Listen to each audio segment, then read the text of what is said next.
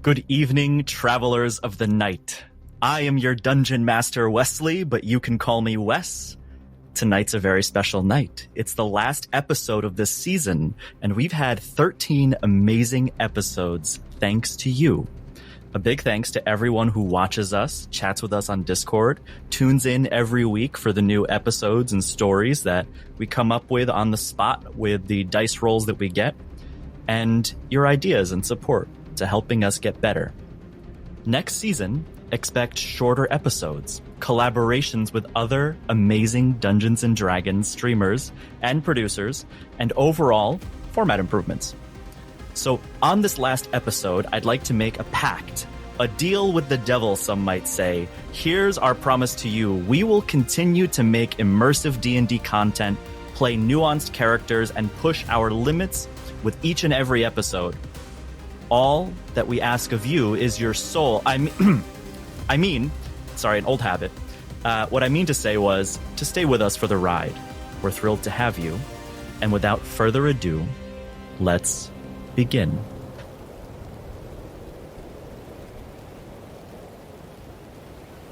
Compelled by this inexplicable impulse, he found himself in a desolate clearing.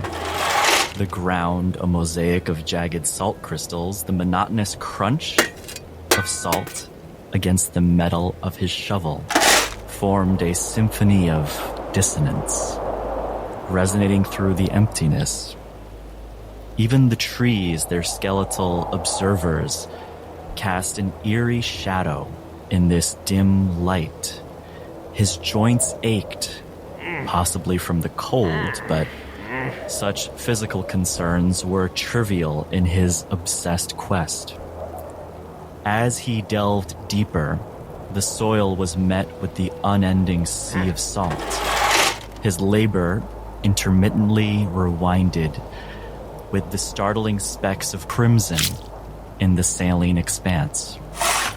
A brief surge of panic led him to check his own body for wounds, but he found none touching his face. Underneath him, a sinister whispering began, as if the salt itself had found a voice. The words were laden with a chilling menace that seemed to creep up his legs, their consonants a sharp and piercing thorn.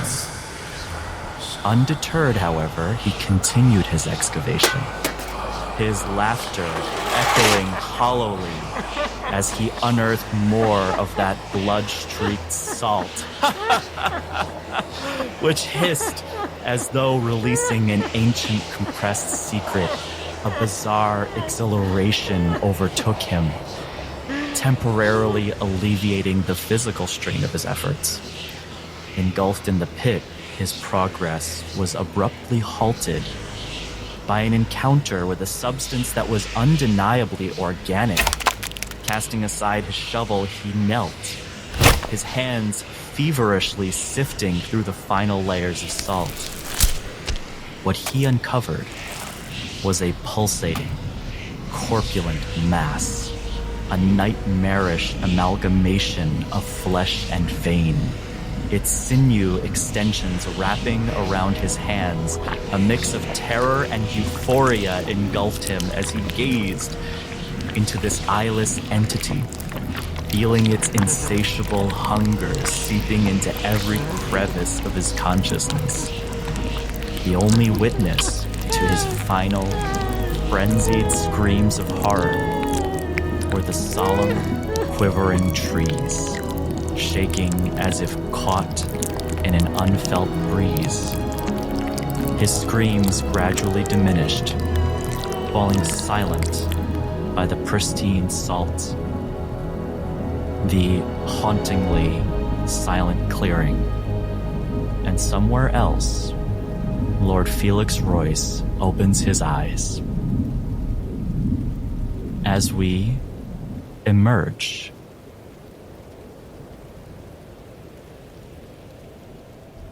Having just entered an old warehouse.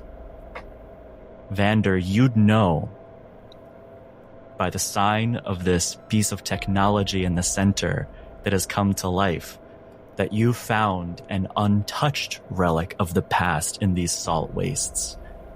It's likely either nobody has been here before, or if they have, they haven't been around to stay long enough to explore this place. Being here for the first time as you step into these dusty, salt-laden corridors, you hear coming from the center of the room as you round the corner. A round machine opens up two hemispheres of its sides, spider-like legs crawling out from beneath. A seeming defender of this place that you've entered. Would everybody please open Owlbear Rodeo and roll initiative? Oh, it's happening. Ooh. I forget, we actually roll in D&D Beyond, though, right? You do. Yes. And starting with Esper, what's your initiative roll? 16. Trevor. 21. Vander. Also a 21. Nihilus. 15. And Dr. Isadora Glass. 14. Nice rolls, everybody. Damn. Not bad.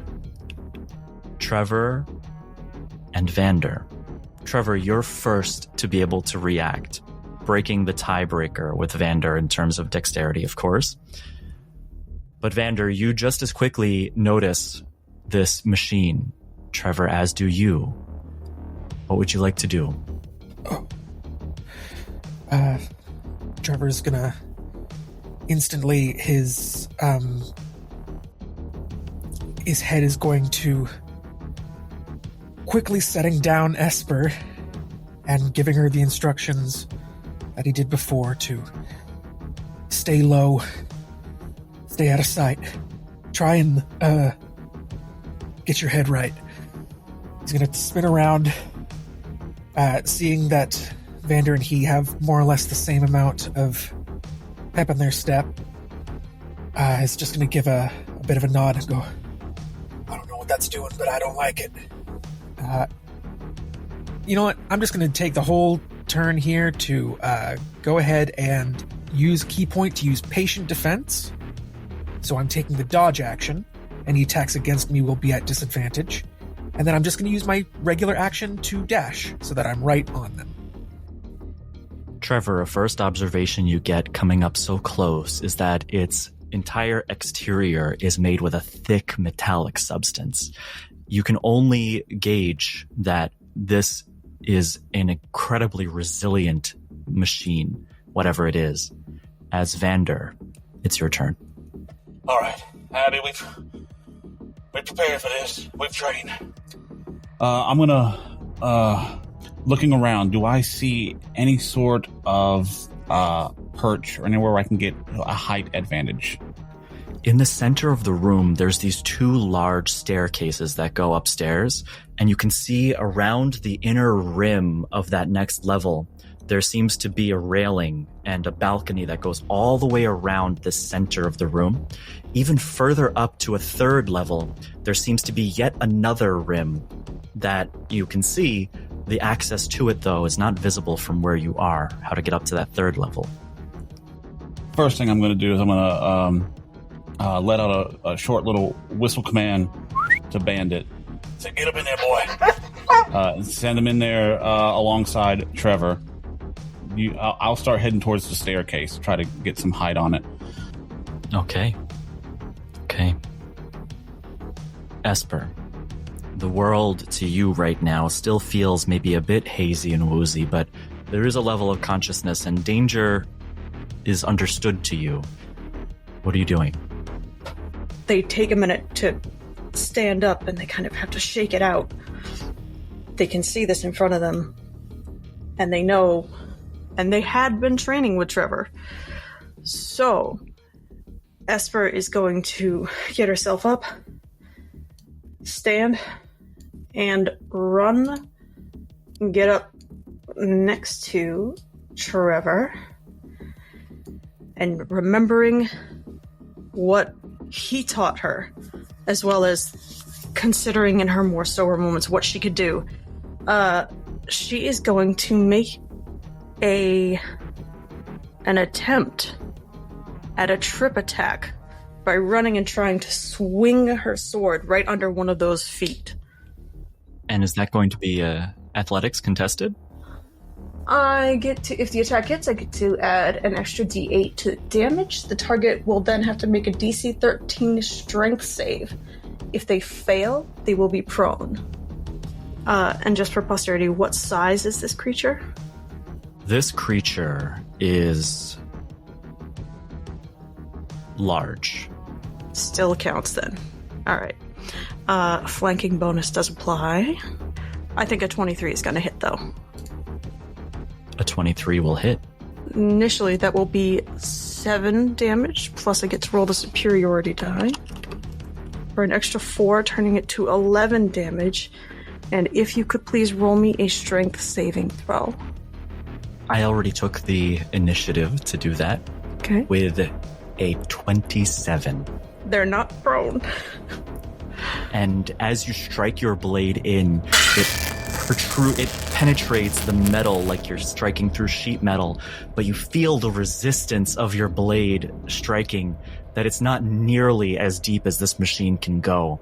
Its outer shell seems to be very protective, and though it takes the damage, you can see the machine is unfazed by it. If you put your foot up against it to pull the blade out because it's so stuck in there. She's gonna yank the blade out and look up at it. He's very sturdy. No bonus action this turn. Nihilus. Nihilus takes a breath in order to look at the scene of it all. He steps in closer with his full movement and speaks aloud. We don't mean any harm, but we do need assistance. Are we just going to attack this thing? Well, either way, let us be blessed as we do. And with that, his eyes glow, and for a second level, he casts Bless on 4 people. The 3 allies he can see right in front of himself and himself. Please all add a 1d4 to your attack and saving throw modifiers. Wonderful. As he ends his turn. And Dr. Glass, as you stand in the corner of this room, you see combat starting to begin. It's immediately apparent to you, especially with your passives, that this enemy, this machine, this protector of this place is incredibly strong. It's just seeing Esper's attack dealing almost nothing relative to its scale. It does have cause for concern. You see 2 staircases, some large machines in this room with back rooms and areas, and another upper level whose you can't really make what's up there. What would you like to do? Now, last time I said that I cast invisibility on myself as soon as I heard the alarm. Was I able to do that before initiative, just to confirm? Sure, I'd say so. And I'm invisible, and I would like to look for controls. If I don't see anything immediately around me, I suppose I'd go upstairs. Before I try to join the fray, I want to see if I can find a way to turn this thing off, because it's so strong. Please either roll a perception check or an investigation with advantage. That's a 15 investigation. The machines in this room, their grand scale, the cables and tubes and pneumatics that come from various spots all seem to channel through these bundles of cables and pipes to a place behind the wall across the room from you.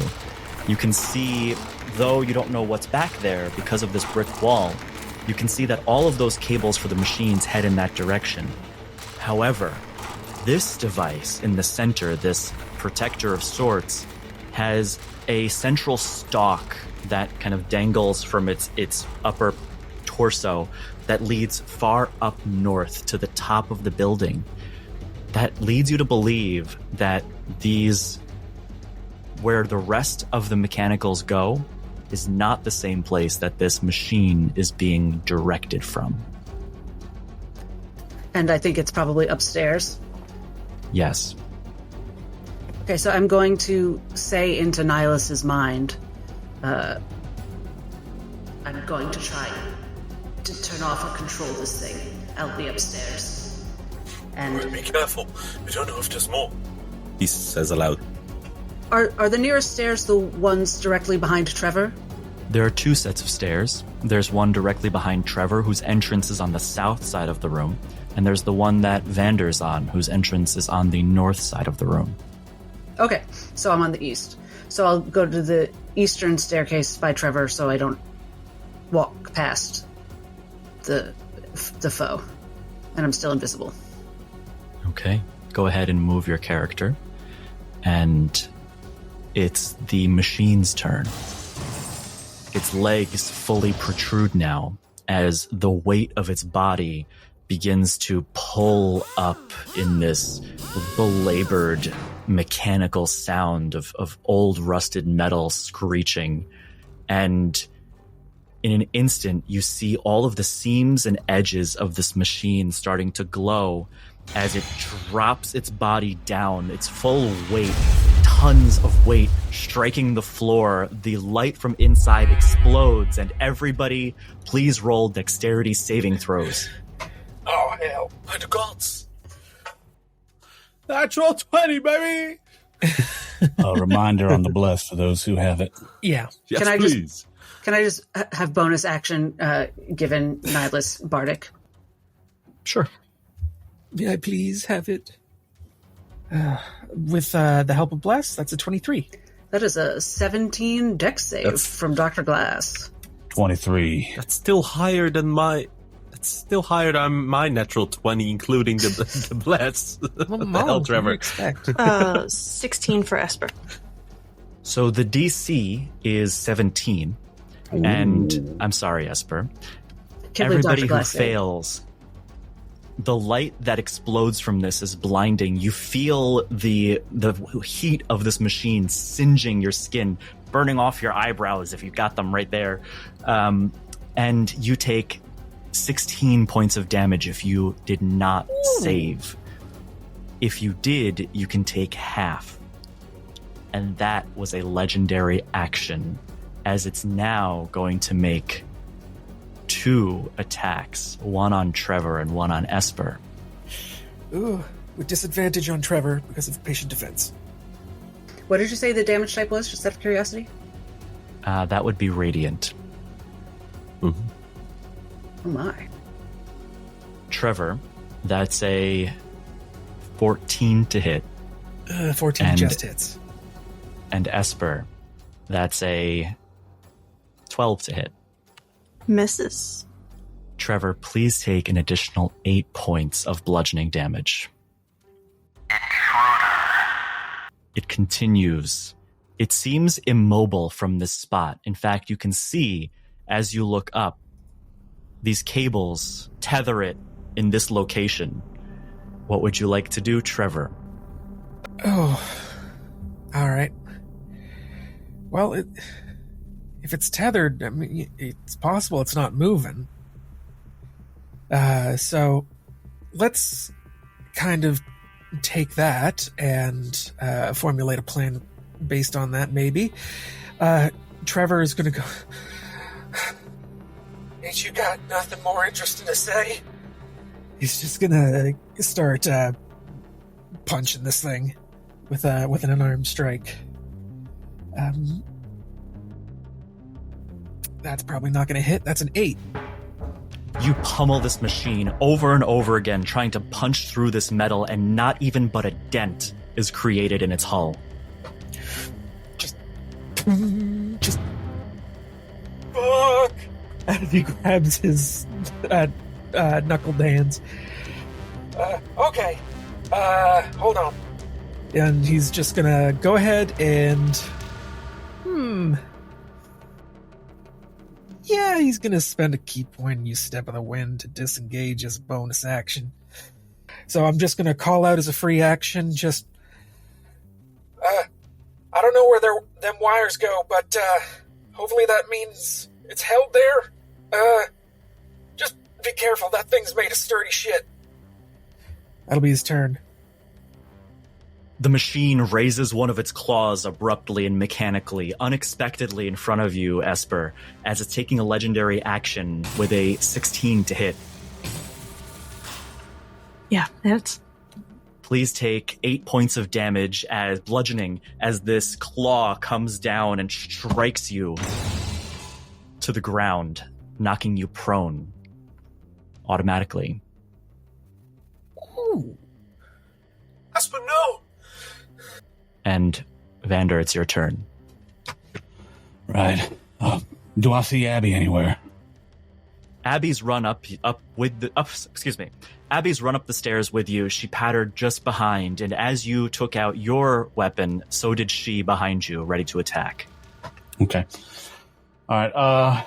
This thing looks mighty dangerous. I'm looking particularly before I fire for. Do I see any wires or any sort of? You said the two hemispheres kind of separated. Is there anything in the in between of those two? There are. Actually, please roll perception or investigation. Well, I'm not particularly good at either one of them, but I'll do perception. I don't mean to roll that with advantage, but I got a natural one. You look at this machine, and it has cables, it has cogs, it has all these mechanical components, but to say that you'd be able to shoot through this very narrow slit in the device is already a very big challenge. You know, I don't know if you'd be able to, or at least that's the doubt that might come to your mind in this moment. Well then, in that case, we need to distract him, Abby. We need to get him off the those people we're trying to protect. I'm going to use of my favored foe to mark this creature, and then I'm going to take a shot at it. Okay, go ahead and roll to hit. Let me add my bless onto that. That is going to be 18. An 18 hits as Abby jumps up behind, leaning on your shoulders with this tube-like gun. She uses her mouth to blow these iridescent paintballs at it. I got this one! Poof, poof, poof, as it strikes different spots in the machine, making it easier to see as you take your shot, hitting it. Roll damage. I think it was like a 7 or an 8. Yeah. 7. We'll go with 7. 7 points of damage and you're shooting arrows here, right? Yes, regular arrows. Arrows strike the hull, and you can see they only delve maybe 2 or 3 inches deep, not nearly deep enough to get at any of its precious mechanics. All right, and then as a bonus action, I will command Bandit to take an attack as well. I don't have him on my character sheet, but I will roll for him. Because he's in melee range with allies, he gets rolled advantage. It's going to be a 21 to hit. That's going to hit. Roll damage. 4 points of damage. As it grabs at one of the pneumatics, the tubes in between these little crevices, and you hear a rip as you hear a gas releasing as this little hose kind of drains all of whatever fluid is in there. Are you doing anything else? Yeah, with the remainder of my turn, I'm going to... I see the stairs go up a little higher, so I'm going to see if I can get an even better advantage point. So I'm going to head upstairs. Okay. As you get upstairs, we'll come back to you there in a moment as... Esper. This machine seems to be raising up again. It almost looks like it's about to crash towards the ground again. The amount of damage output, the foundation shaking... explosions that it keeps creating are devastating. What would you like to do? Having just been smashed down to the floor, Esper's glancing sideways up at it and slowly pushing themselves up as there's just dirt all over them, and as they open their mouth to speak, there's blood that starts to drip down out of their chin. It doesn't feel very good. And they're gonna, from their down position, as they're standing up, they're gonna try and thrust the sword up above to try and get into that joint where the basically the armpit is to see if there's... I mean, like, on a normal living thing, it would definitely hurt and make them think twice about trying to stomp it down, so that's the terms in which they're thinking about it. So plus a d15 plus the d4. It's a total of 18. An 18 will hit. How much damage is that? That is a total of 10 damage. This time, dealing just slightly more damage than everybody else. Even that almost seems insignificant until you hear a zapping noise coming from inside. You've struck something, and you see several of its limbs jolt like a machine that's just had an electrical moment as it shudders and then raises itself higher menacingly at you. Are you doing anything else? I think it's the fear response immediately that makes Esper kind of tense in place and place her feet flat on the ground, and it is here that they enter rage. They are steeling themselves to be attacked again. That is it. Okay. Nihilus. By the gods, this thing is a monster. But it's still a machine. It must have a weakness, something. Dr. Glass is going to try to find an off switch. Try to hold it down. And he licks his lips in order... his finger in order to quickly go to a specific page on his spellbook. He's going to try to find a weakness on this thing, and he pulls out from his spellbook these 3 magical darts, one in a blue, one in a red, and one in this white color, and he shoots out magic missile aqua in cold, fire, and lightning damage, trying to discern a weakness between this thing. First the cold hits, then the fire hits, then the lightning hits, for a total of 13 damage, if in fact. You see as the first cold arcane missile shoots out, it strikes the machine, immediately generating where it hit this icy coating. And as it tries to lurch its body forward, the ice seems to inhibit its movement as it takes 8 cold damage. The other 2, however, you see the fire one strike, and it's almost entirely unaffected. It strikes, explodes outwards, and all you see is a black scorch mark and no damage dealt. And finally, with the lightning damage, as this electric arcane missile strikes, you see its glow, that red glow that goes from hemisphere to hemisphere, glow brighter. And you see as the electric travels not just to this machine, but up that central cable. Whatever just happened, it couldn't have been good. Are you doing anything else? But it's not particularly what I was desiring, He says as he ends his turn. Well, we found out something, I guess. Better than nothing.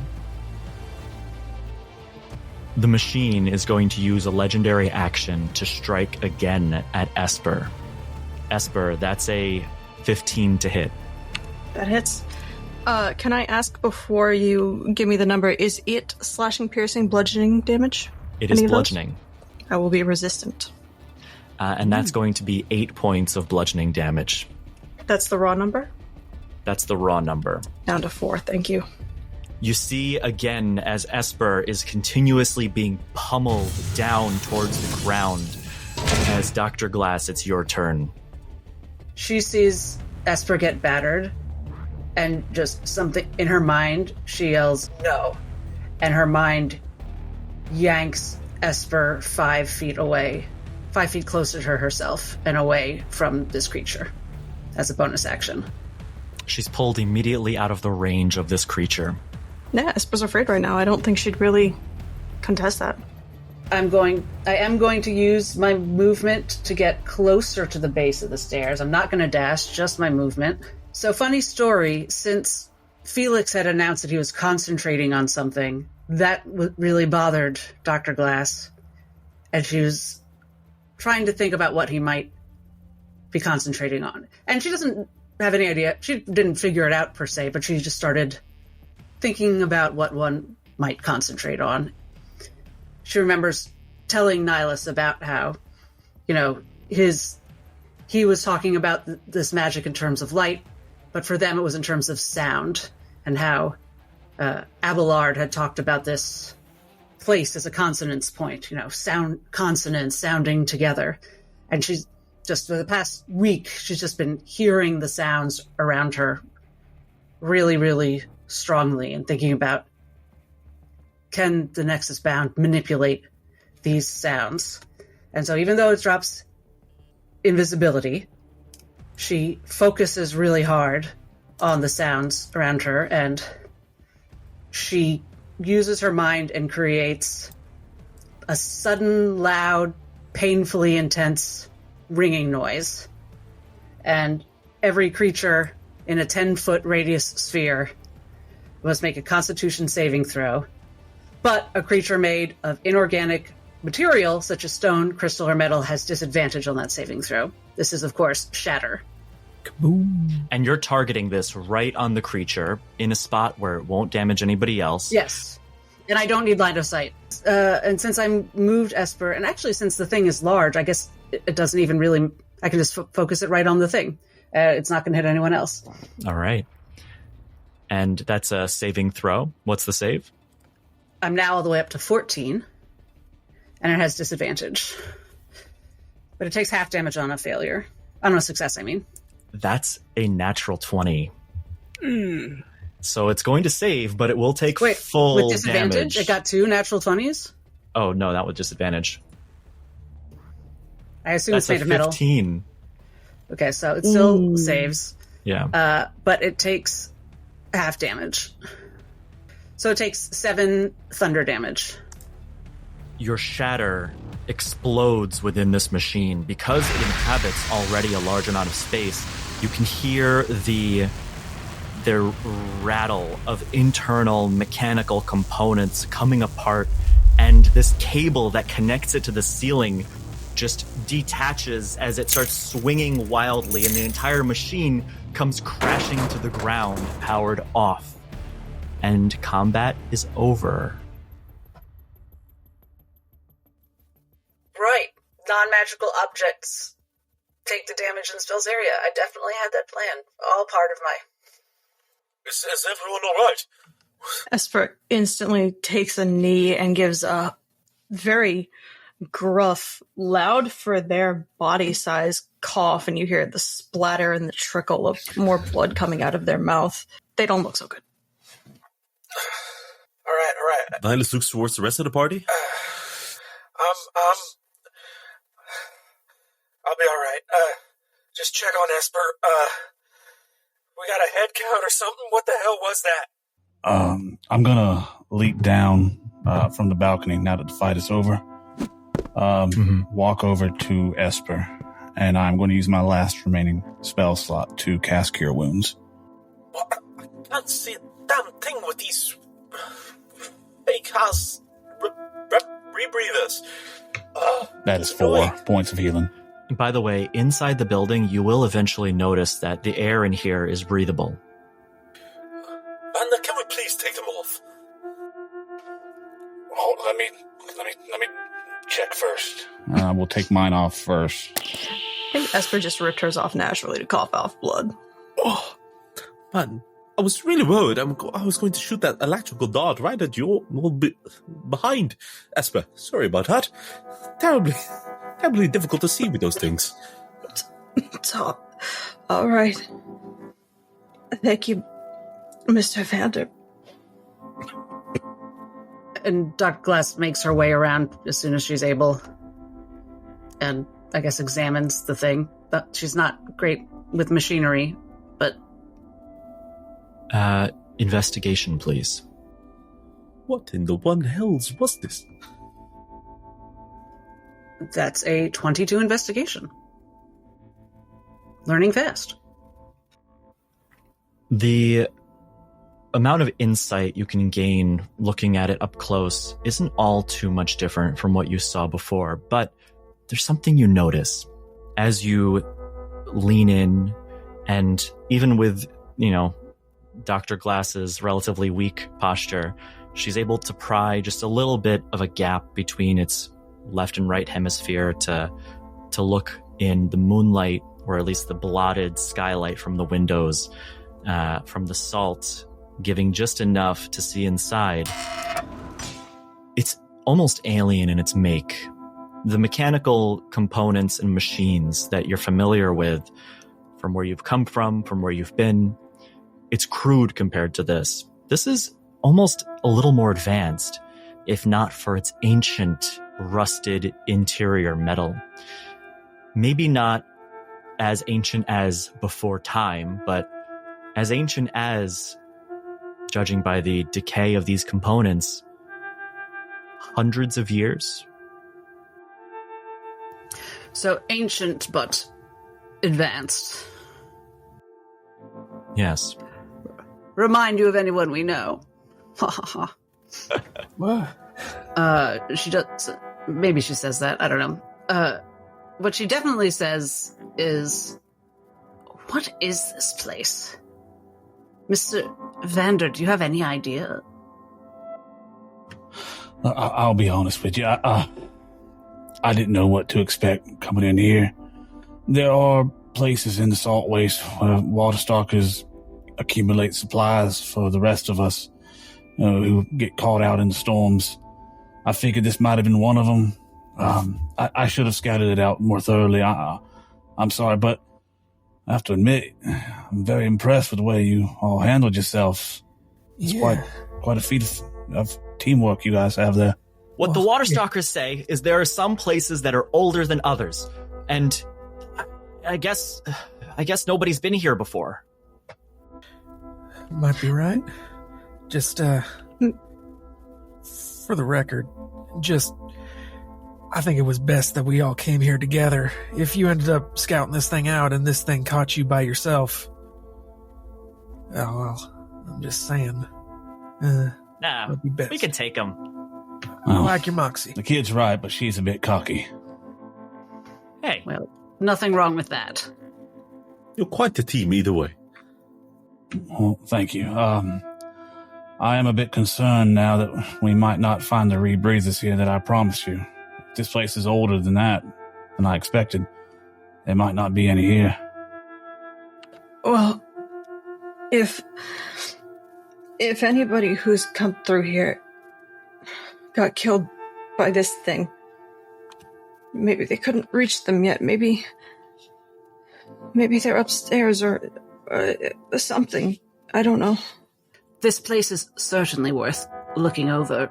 There's something very fascinating about the technology of this sentinel we just felled. I don't know. I'm very curious about how it got here. I'm sure upstairs we'll find something interesting. Yes, clearly this place used to be some sort of factory of the sorts. Nihilus has a look around to try to have a guess of what this place used to be. please roll investigation for Nihilus. Something I think he's quite good at. It's just so upstairs there's not another one of these. It hurts. For a total of 19. Looking at this place, there's a familiarity to the machines to you. You've seen this before, and interestingly, in your monastery where you come from, there was a place where they made the robes for the priests, the looms that would spin threads into cloth. And these machines chug, because of course, technology changes, but its application can remain the same, in this methodical, loom-like, repetitory fashion.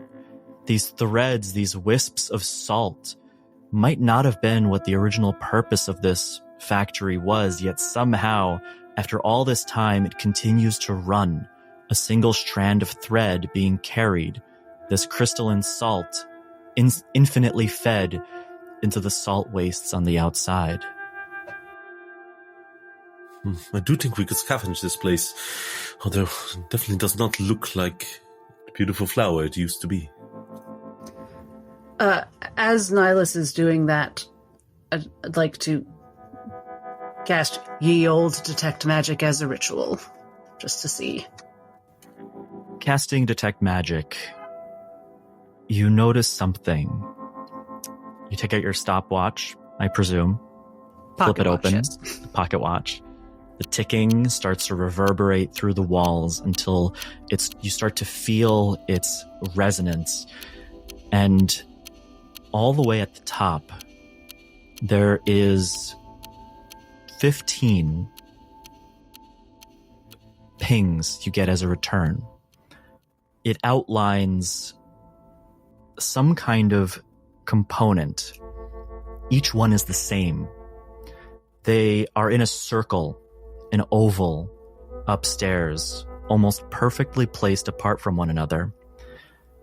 The only thing in this place that resonates with magical energy, you can see there is a latent component like energy from within this machine before you. But whatever magic it uses, it's far more so powered by electric.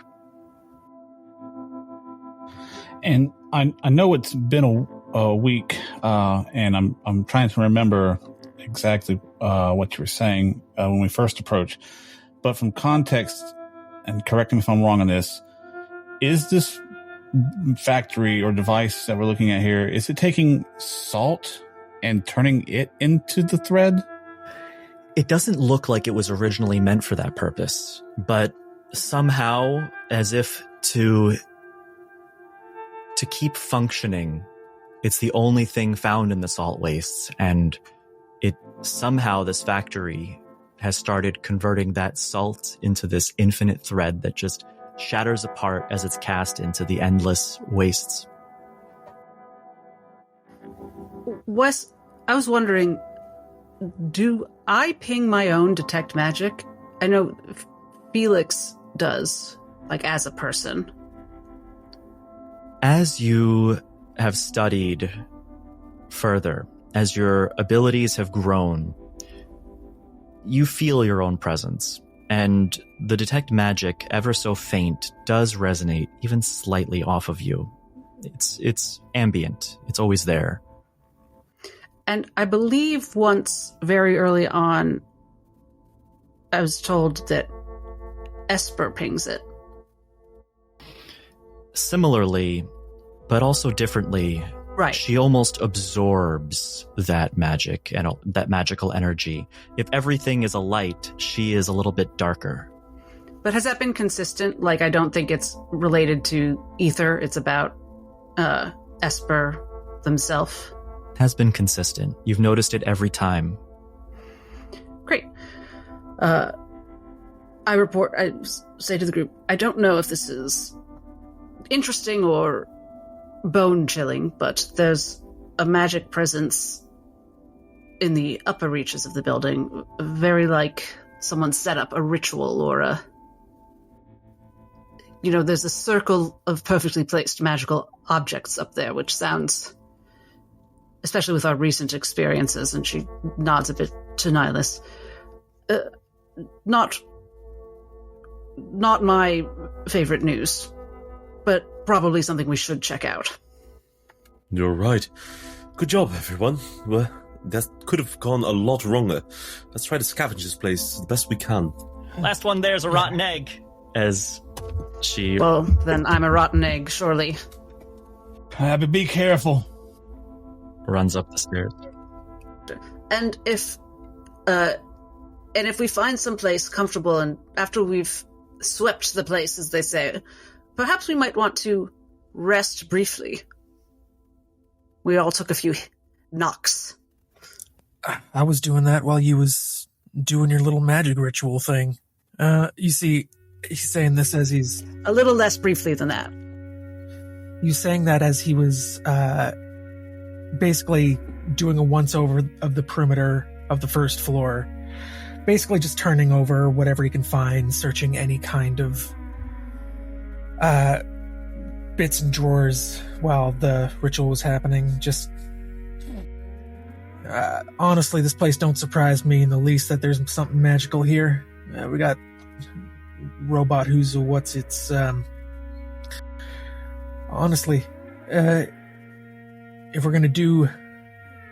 we are gonna head upstairs, let's just keep that same caution that we had coming in this place. Stay behind me if you need to. Please, Trevor, Roll a perception or investigation check, in this case with advantage. Oh, certainly it's perception. That is a modified 20. Material components all seem similar to functions you'd imagine. You find crates of shovels and pickaxes, supplies that are in this back room. On the map, you'll see it on the left-hand side. In these crates, you find old clothes, a little bit different in fashion, but serving the same purpose, to be fit on humanoids of different sizes. You find all this old material almost untouched as you open each crate. And on a table, a small workshop table, you find a rectangular mechanical device. Trevor, you had a fascination with these things.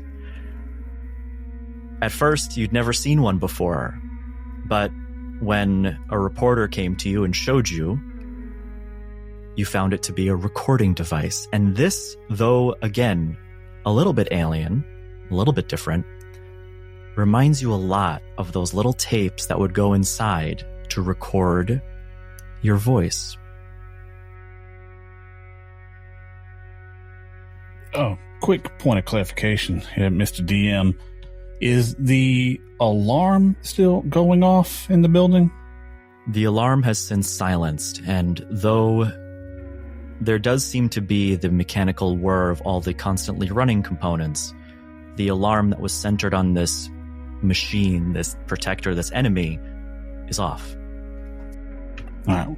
As a point of precaution, I'm going to bend down, give Bandit a good scratch behind the ear for doing a good job. Give him the command to head back down to the front door and just be like a lookout for us, and to bark if he sees anyone approaching.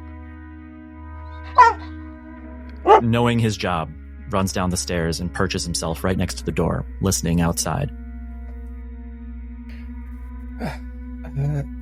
Kind of fiddling around with little tape in his hands. Here's a question. Would there have been any point in between the past and now where Trevor would have gotten rid of his recorder? No reason why he wouldn't. Looking at this rectangle, you see probably wouldn't fit in your device. It's for a different machine, but it's very similar, that's for sure. I imagine that even with that in mind, like just the sheer familiarity of what it looks like, he goes, wait a sec. As he goes and pulls out his little echochrome recorder, he'll kind of remember the weight of it in his hands before he ejects a prior tape, pockets it. He's just like, really, this is like how he was told this worked, and this looks like the same thing, so he's going to try and just like put it in, and realizing that it's not quite fitting, it's like... Dr. Glass can help with this. She does work with tape recorders in her profession. All right. Hold on. Oh, I got it. I don't think this is right. He's gonna pocket his echo. They're very difficult, those things, but I don't want to break it, man. I don't want to get yelled at, so we should find something that this fits in, right? He kind of holds up the tape. It doesn't fit. Use more force. You sure? Usually, you put it in one way, and then you flip it, and then you flip it again, and it's always the first way, even though it didn't work the first time. Relatable. Maybe there's another one of these things. He's gonna start going through the crates a little more. Maybe we should check upstairs too. Maybe there's a place we can play this thing. As Nihilus is trying to stay a bit on the behind side of the group, who being one of the last ones to join up, he either discreetly or indiscreetly, however Esper wants to react to it. He wants to see how Esper is doing mentally wise. If drunk free, sober free, what they're looking at. Well, first, Esper just got beat to shit. They still do not look great. There is like bruising and red and swelling coming up all over the visible parts of their body. They look dusty. There's blood drying on their face from when they coughed it out.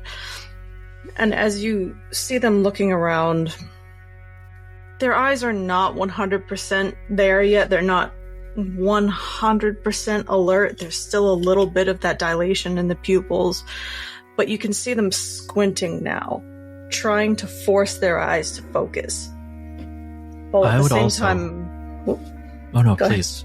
Okay, what I was going to say is I would also add, you notice that the amount of pain or suffering that Esper shows is not the same as the wounds that she has. The effects of this drug have her almost numb to it.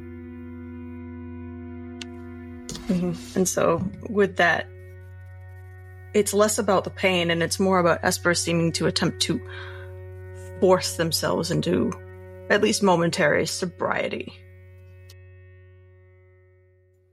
He simply takes that to note as he joins up and also says to them, "We're going up now." Dr. Glass, by the way, has ransacked the clothing crates to try to find something that actually fits and is suitable for this weather. You certainly would. It's unusual, almost elegant and regal in a simplistic sort of way, but you can put something in your bag. As the group makes their way upstairs, you're on another catwalk. There's a balcony that sees below. These towering machines seem to extend all the way from the first floor to the second. Their constant mechanical whirs and repetitive sounds, even louder up here. You see a control panel, wired, cabled, and plumbed to these machines. But nobody sits there, yet somehow these levers move back and forth on their own.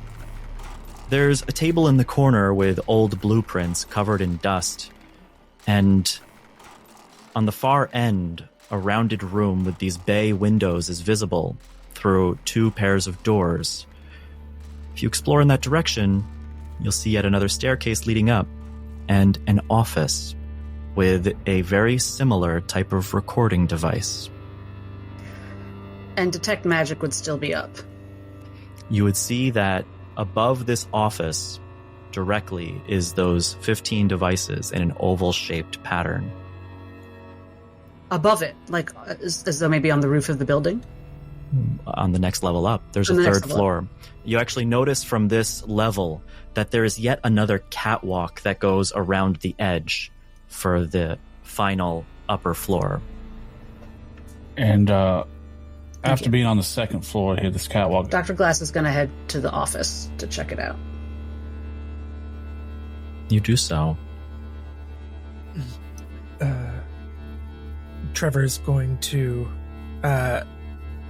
still with the tape in his hand, he's going to search out that familiar-looking recording device. Considering himself an expert on the subject, he is going to attempt to try and listen in on what voice got trapped in this here tape. Okay, you do that as well. And what is everybody else doing before I get to those? I just wanted to look around on the catwalk here and see if there's any signs of if any water stalker had been here. And Nihilus? He's going to look around and try to have a thorough read through the schematics that seem to be laying around. Okay. And Esper? Esper's actually using some crates here and there and climbing up on them to look out any available windows and look outside. Okay. So we'll consider these little vignettes, but let's start with Nihilus. Nihilus, you go over to these old blueprints on the table. They're sprawled out, and you see a representation of these machines, how they're built, where each component goes, where each bolt belongs, and what its output is supposed to look like. On the edge, you see these schematics show the finished clothing output, the raw material input, and they're quite impressive, to be honest. But it's not just this machine and this location that you see on the table.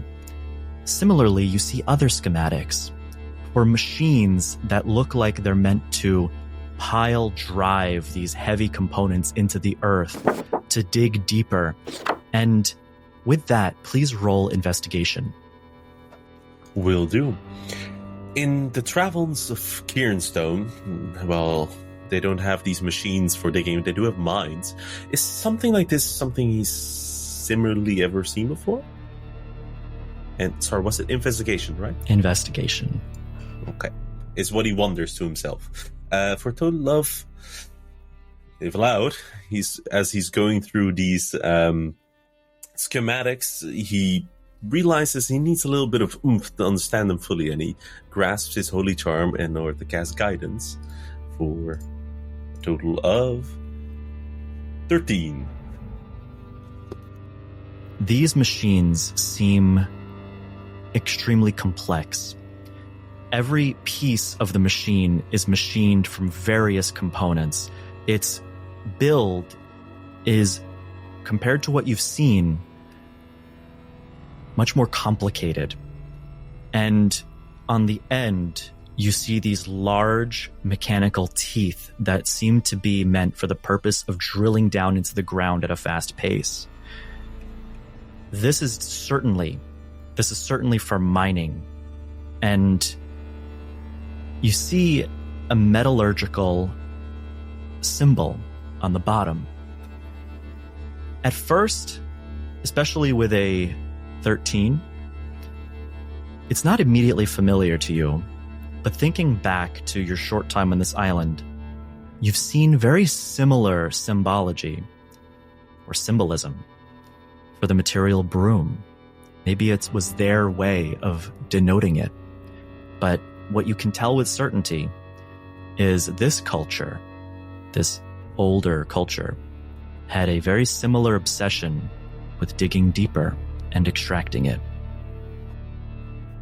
With that in mind, before Nihilus starts to collect these schematics for his own purposes and scribble down some notes to take a look at for later time, in the combination with him reading Tinker Speak all the way back on her Royal Rose, when it came to that engine in order to fix, basically the AC of the ship, to put it in simpleton terms, how different in complexities would what he understood back then compared to these kinds of machines be? Would he feel like both of them are native creations of this island, or this is a whole nother ballgame? This was clearly made by a different type of people. And don't let me oversimplify this. Looking at these blueprints, there's no way you would be able to decipher how to actually build this yourself. In fact, it would take a team of experts to look over and try to interpret. You can just tell its purpose bears that striking similarity. With a flint of mystique on his mind, he collects it all and ends his turn. Vander, please roll. You said you're investigating these catwalks and the area around the building? Yeah, I'm really just looking to see if there has been any previous water stalker presence here. Please roll investigation.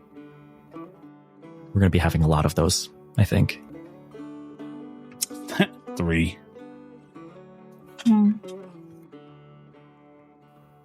You look around the room, walking this level before heading up. I think you may wait for everybody else. Tell me if I'm wrong, before heading to the last level. If people have started heading up to the 3rd floor, I would be following. Okay, so you'd wait for the group to make that move. So in the meantime, looking around this room, there's not much to find. The catwalks are covered in dust except that which has been unsettled by the shaking to the building. However, in the corner, the far southern corner, you see a crate. And, maybe it's curiosity. You walk over to it, look at the label, inspect it, pry at the lid. It doesn't open. But just around it, you see a mask. The mask of a water stalker. Attached to a head, a skeletal, decomposed, withered head. As somebody, not anytime recently, found their way cowering behind this crate, and they died here. Oh, brother. Is that what I think it is? Yes, it is, Abby. These wastes are cruel, but we need it. So I'm gonna gingerly take the mask off the Wait. skull. She puts her hand on your shoulder. We've been told it's bad luck to take a fallen water stalker's equipment. Yeah, it is. But promise these people rebreathers. And this is one way of, at least one step of the way. I don't buy superstition. And I take it anyway. All right. And she looks over. There's not much else on this body. At least useful, at least. Or generally, anything useful. Fine. I do. I seen that crate. I am curious about that now. I have a crowbar. So I'm going to pull the crowbar out and see if I can find out what's inside this crate. I'm not going to make you roll a check to open a crate. You take the crowbar, and after some attempts, you're able to pry it open. And on the inside, you see thousands of little mechanical screws. Yet another component that possibly kept this factory running at some point. It's a wonder to you, in fact, looking at it, with such quantities of extra supplies, how it possibly has remained running if the people who originally inhabited it were needing materials in such quantities. Strange place, Abby. I'm going to take a handful of those screws, though. Yeah. If the DM says something, it's probably important. So you take a handful of the screws and put it in your bag. You can add a handful of screws, however you want to denote that. And Dr. Glass, looking around this office, it's possibly one of the most pristine, well-kept places in this warehouse. Not for any reason, but it's just lack of being used. Even in various places you saw tipped over crates and a little bit of a mess, but not here. And looking around, while Trevor, you two are together and you walk over to the table investigating that device that bears the similarity to your recorder, please roll an investigation check, Dr. Glass. All right. Now, in an area where Dr. Glass is actually very familiar with things, she rolls a 7. It's interesting how, though people from different cultures and different times could vary widely, the layout and use of this office is just as you'd imagine it would be, even today. A desk, a chair across from it, a leather mat on the desk, a lamp, papers stacked, bookshelves. It's what you'd expect. And unfortunately with that role, it's about as mundane as typical, also as you'd expect. Can I read the papers? Yes. On the papers, you see on the front of one of them, output 100%. Maintenance, good. And it continues on with this printout of a status report showing all systems are in full working order. And at the bottom, you see written, small anomalies due to bad weather. Do I get at least like confirmation of what they were making? And was this a textile factory? Since I found the clothes, is there a name on any of these? Is there a letterhead?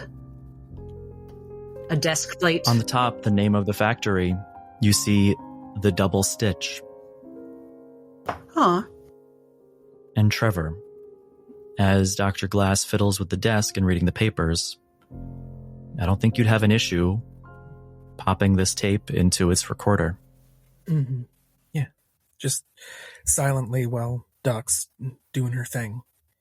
Just slowly load it up. And remembering way back when how this thing worked, tries to fiddle with some buttons to get it to start talking to him.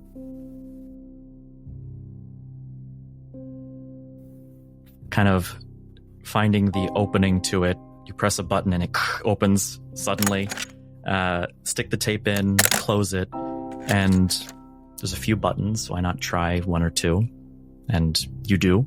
Doesn't do anything a couple of times, and then suddenly, as you press the last one, it turns on. Ah, there we go. You hear, initially static, as the recorder starts to run, two wheels on the front spinning before you. And the language that comes through, it's almost like the universalis, the common language of the world, but it's a little bit older-fashioned. This is Walter Jenkins.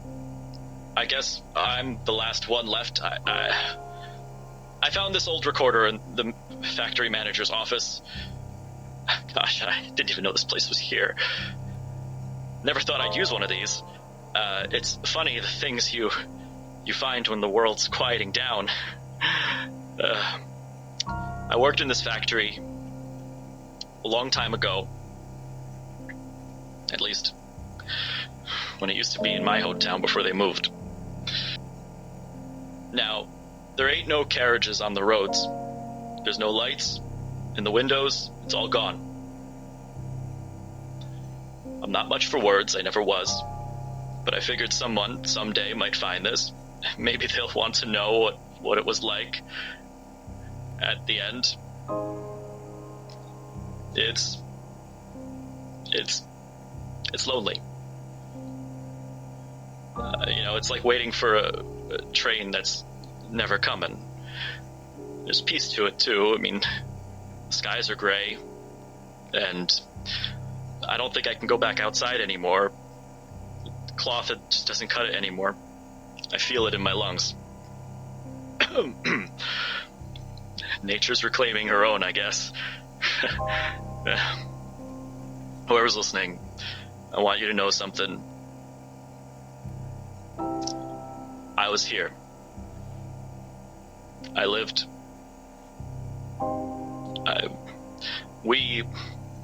I'm not talking about me anymore.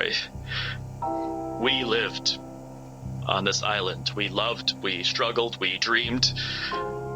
This world wasn't perfect, but it was ours.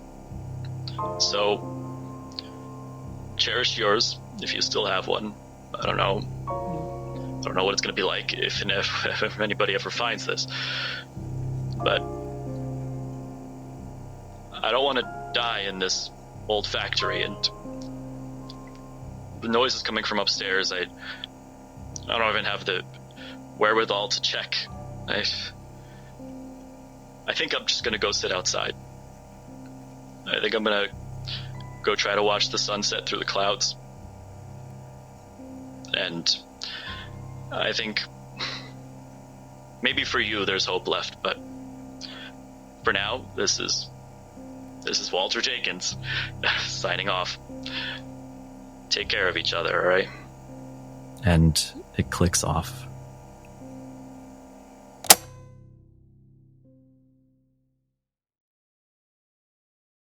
Trevor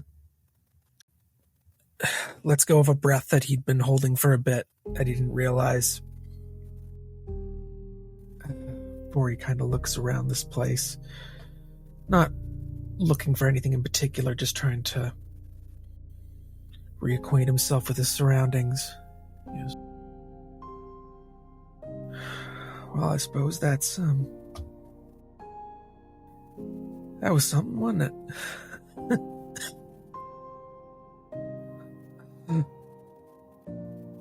We should, and he goes to look at the doctor. Was Vander privy to hearing that conversation on the tape?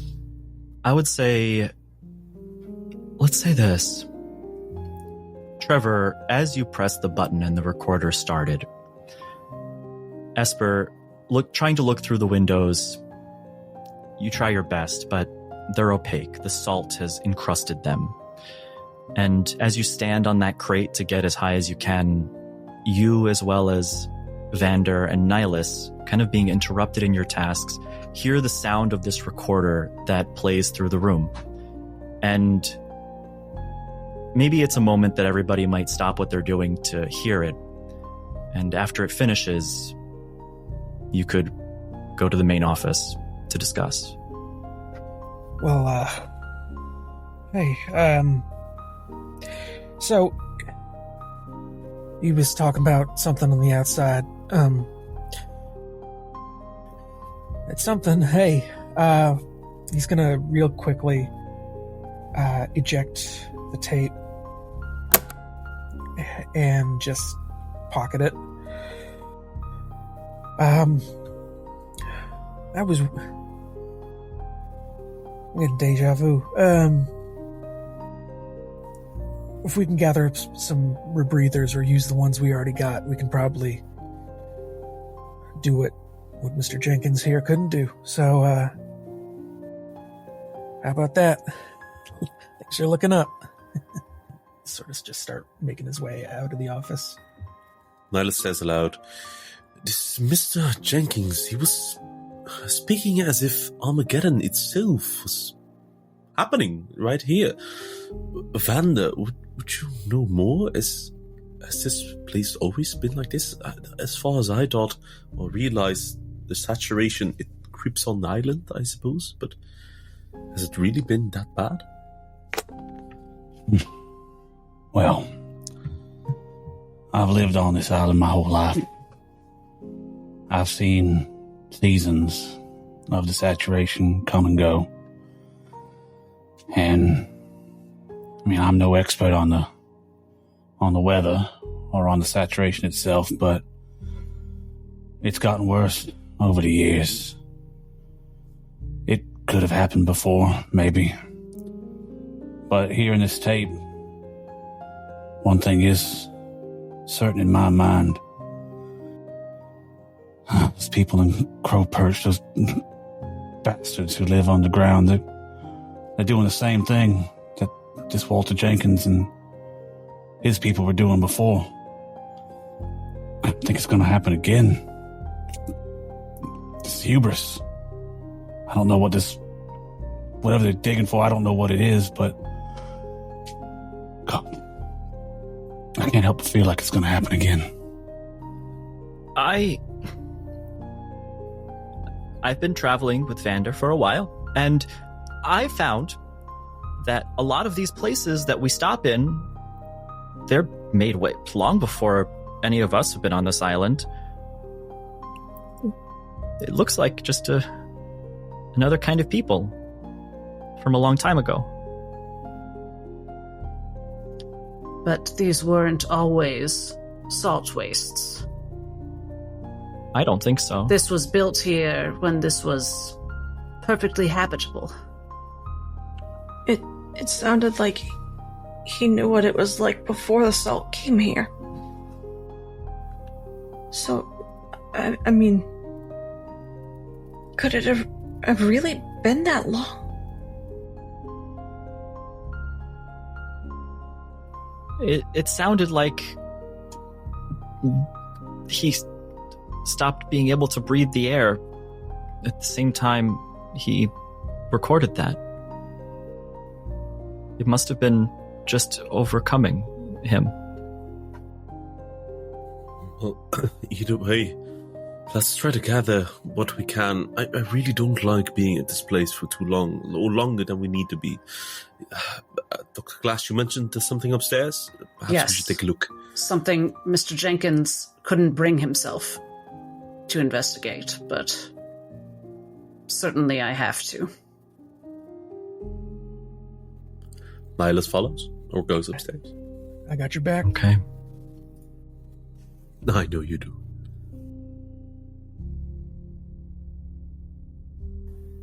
You make your way up the stairs. A catwalk rounds the top, and there is a room up here.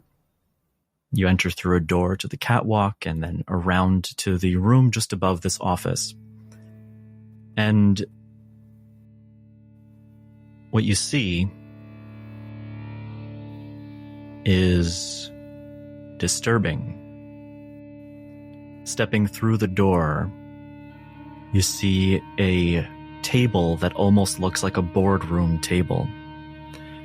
Large wooden chairs around it, 15 of them.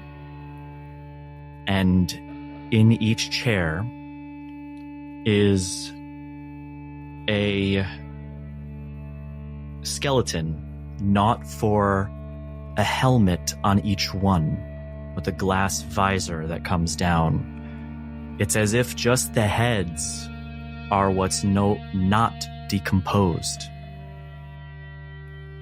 You see from each helmet, which looks a lot like a rebreather or might serve a similar purpose, has cables that come out of the back of the head that tie up along these strands toward the center of the room and lead to a very similar location that the cable from the protector did. The eyes of each one of these people are closed, but the complexion from their faces almost seems alive.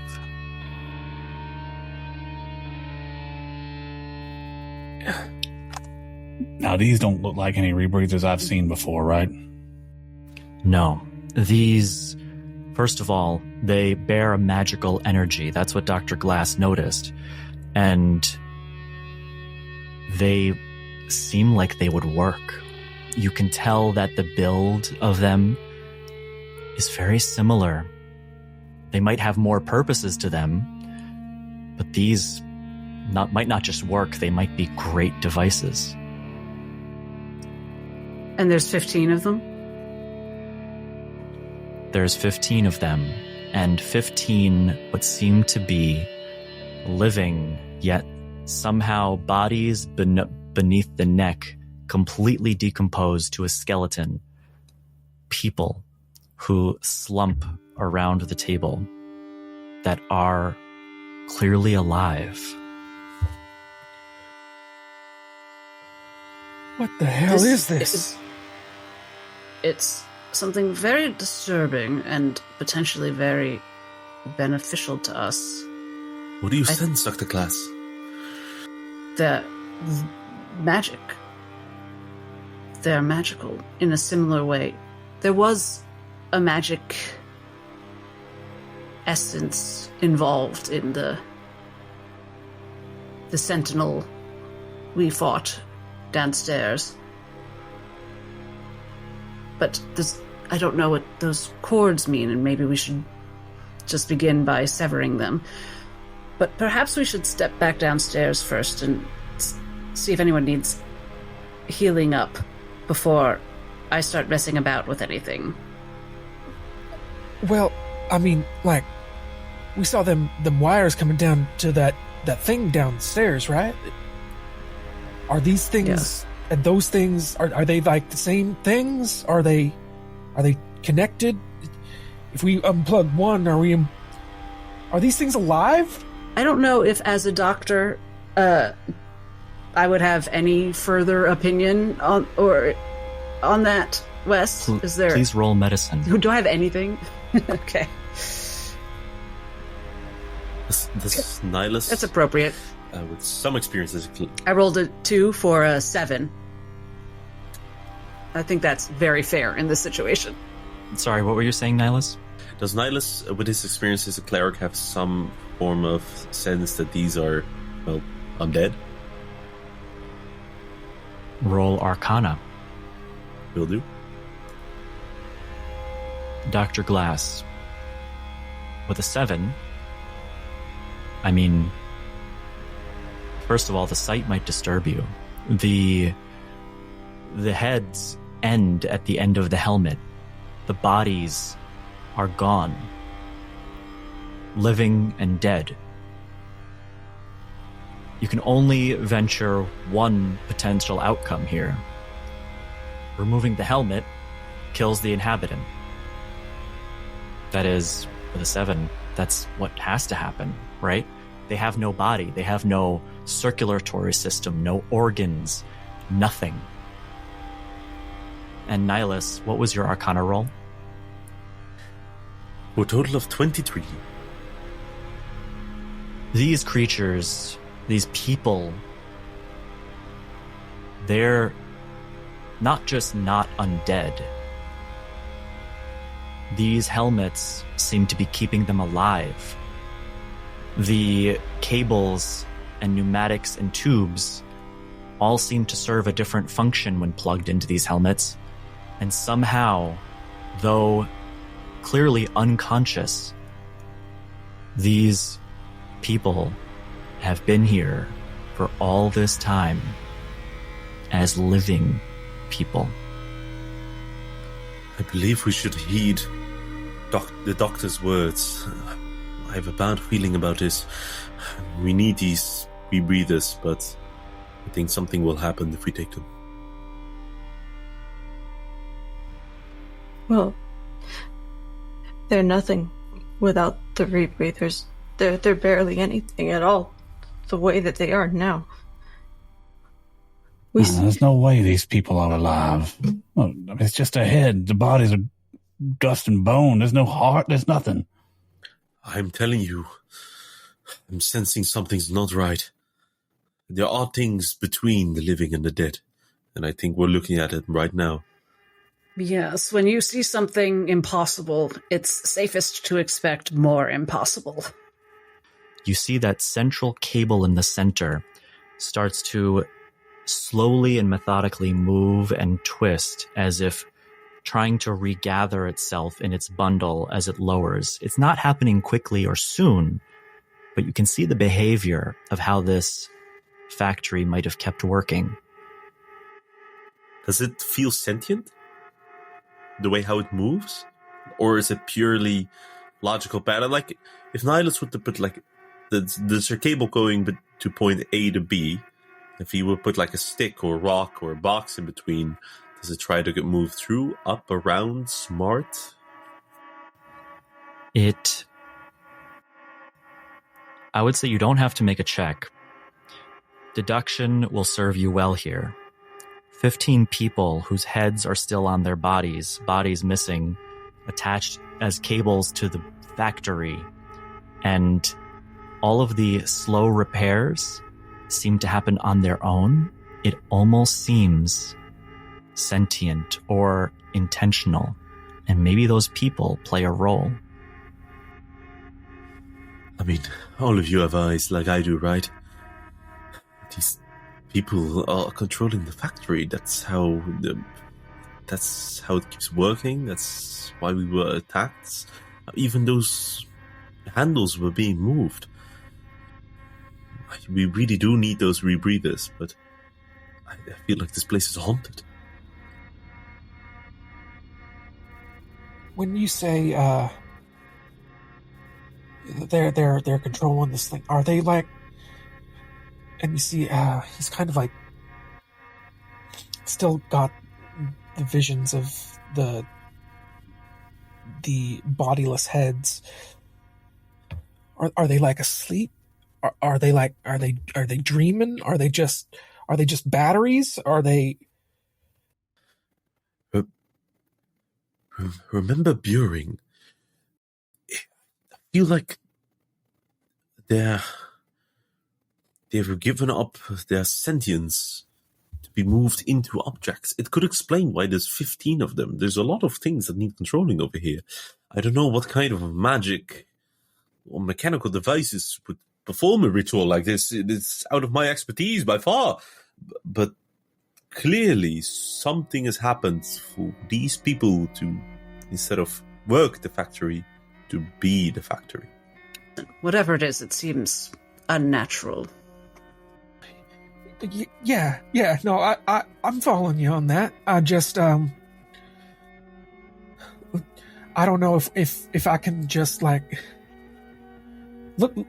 Well, I must admit, look, I know I promised you folks some rebreathers, and these do appear to fit that mold, but I'm a bit conflicted here. On one hand, I know we're going to need them to get out of here. On the other hand, I can't promise you that if you put these things on, something won't happen. I don't know these rebreathers. I don't know what they're capable of. But what other choice do we have here? When are we going to find another building? When are we going to find more rebreathers? Do we even know? What if we don't know? What if this is the only chance that we have for them? If, I mean, these don't seem like normal rebreathers. Clearly, they're keeping people alive. They're stopping aging. They're doing a lot more than just helping you breathe. But Doc, you can talk in people's heads, right? That's very true. I can attempt to reach out to them. And if the time comes that we want to relieve them of an unnaturally suspended existence, I wouldn't call it life, I would recommend we not try to remove them from their heads, remove the helmets, before we deal with the cables that connect them, since that seemed to disable the guard quickly. I think we should focus on the power source if anything goes wrong. You can see Nihilus twirling his mystique mustache that seems to have been growing out of control in the past few weeks, and he thinks to himself, Wes, Dungeon Master, from the look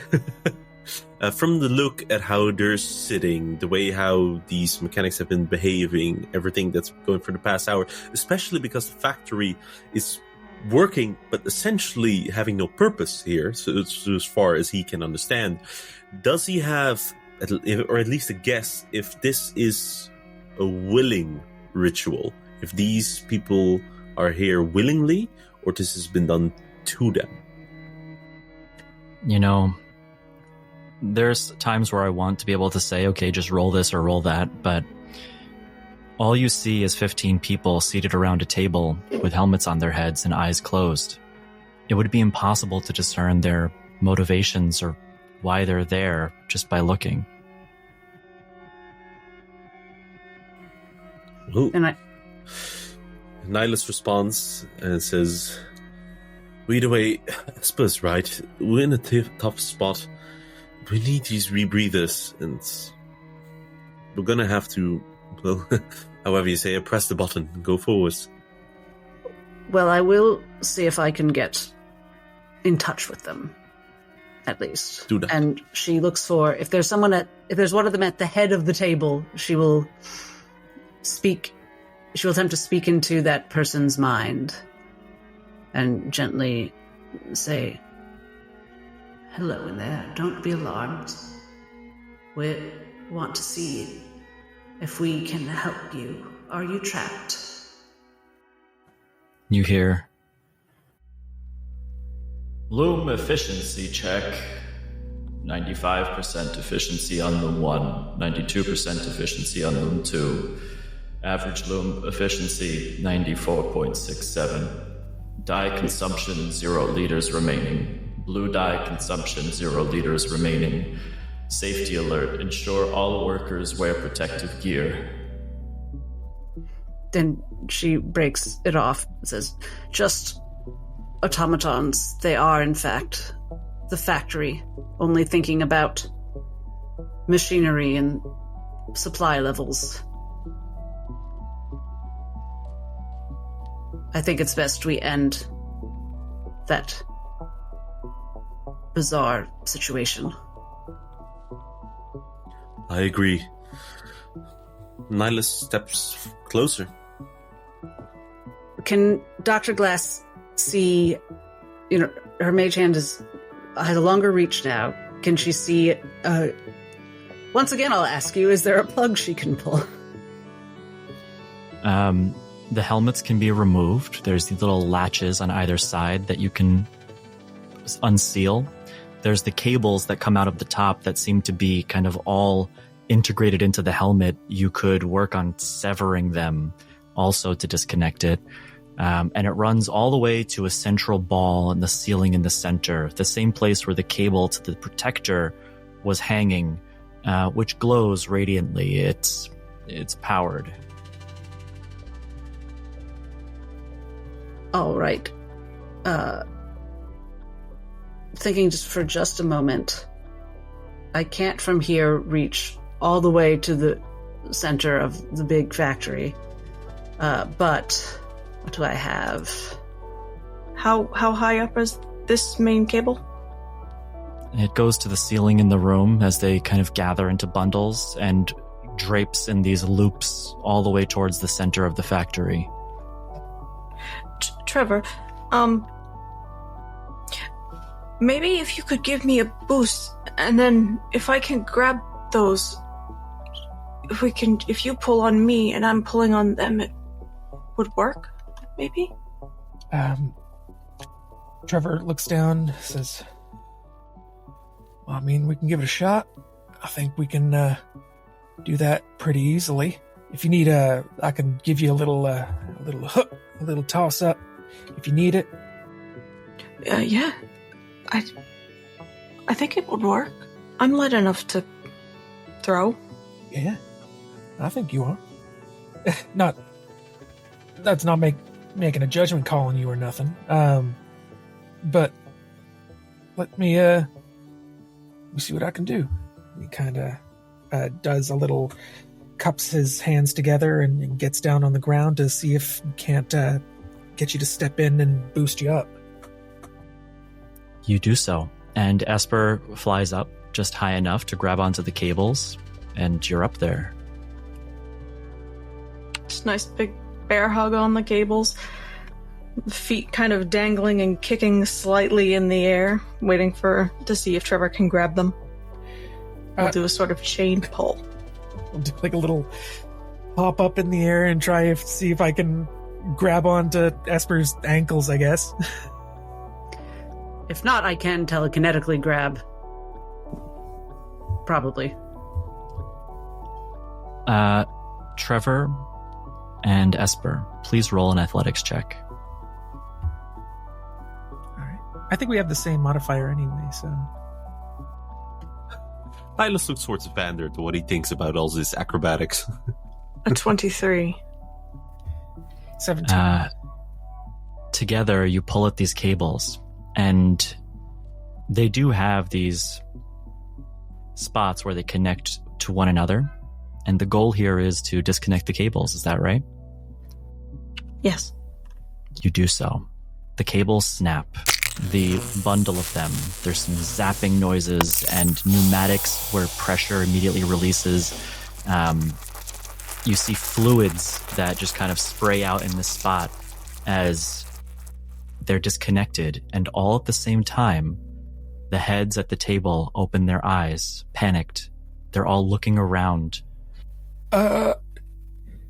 Be quiet. I don't know if they can see us. Whatever you did, you did something. Esper is stuck still, presumably somewhere adjacent to Trevor. I'm going to walk to the one closest to Vander and take the helmet off. You do so. The helmet comes off, and you see as as you remove it, the panicked look on this person's face, they're not able to move any of their body. The head just leans back in the chair as their eyes look around as if they don't know where they are or why they're here. And as some of the eyes at the table already start closing, this one whose helmet's come off,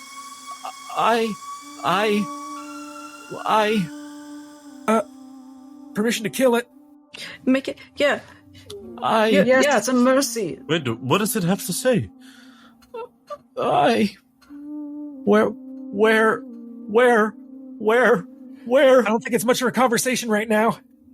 And he's just gonna do like a hammer fist to the back of his head to just try and cave in the skull. You hit the back of its head and it immediately falls forward, striking the table, and is silenced forever. Nyla starts to pray aloud. I think we might have to... Maybe for everybody. And Esper is going to go, while still standing on the table, to the nearest one, take the helmet off of them as well. And if they are beginning to do the same thing, she will similarly silence them. It doesn't take long for each individual set of eyes to close, those that are in the helmets, as the electrical components and pneumatic components no longer deliver whatever function it was that they had with these helmets. And you'll notice as you take this helmet off that they're already silent, and it's easy to remove.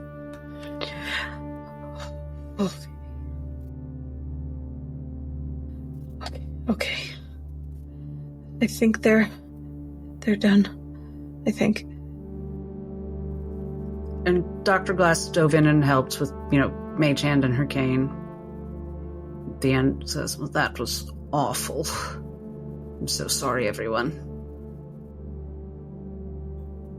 Sowers, please take these souls under your commandment. They may be a bit old, but that shouldn't be a reason to decline them. Please take care of them. Amen. Thank you, I Nihilus. want to check in with Abby. How's she doing? Abby, the moment that this cable was severed and the eyes started opening, she walked out and went around the edge of the wall so she couldn't see it.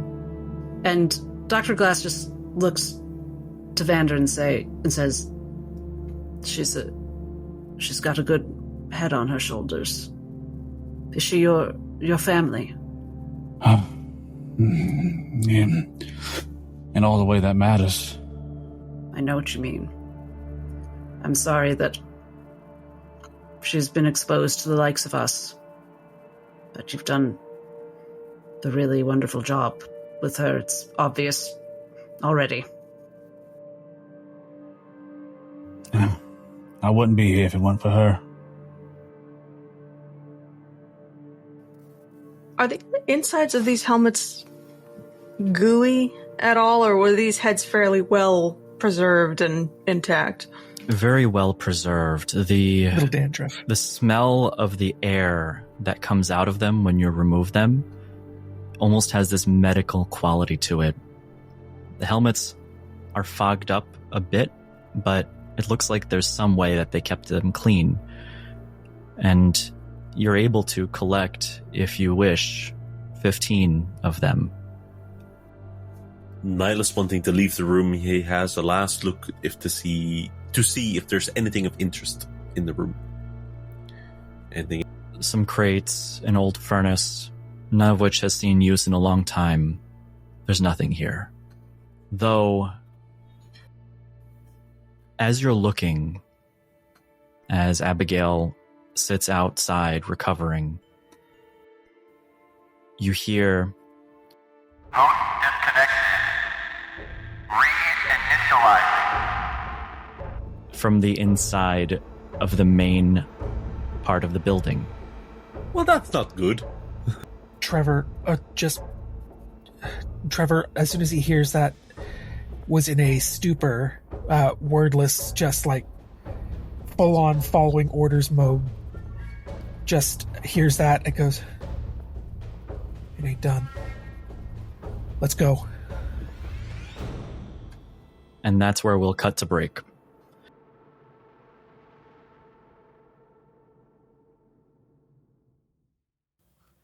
you've made it to the end of the session. This is the last session before the new season begins. The next episode, the conclusion to this season, is the culmination of months of work as a labor of love to make our version of D&D.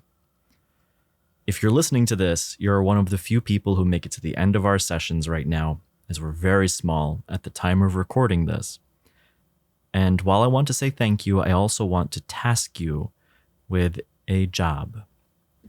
You, the person listening, if you could let us know in the comments here that you listened through the entire episode, that you enjoyed it, it'll help us know that there are people here at the end of the session.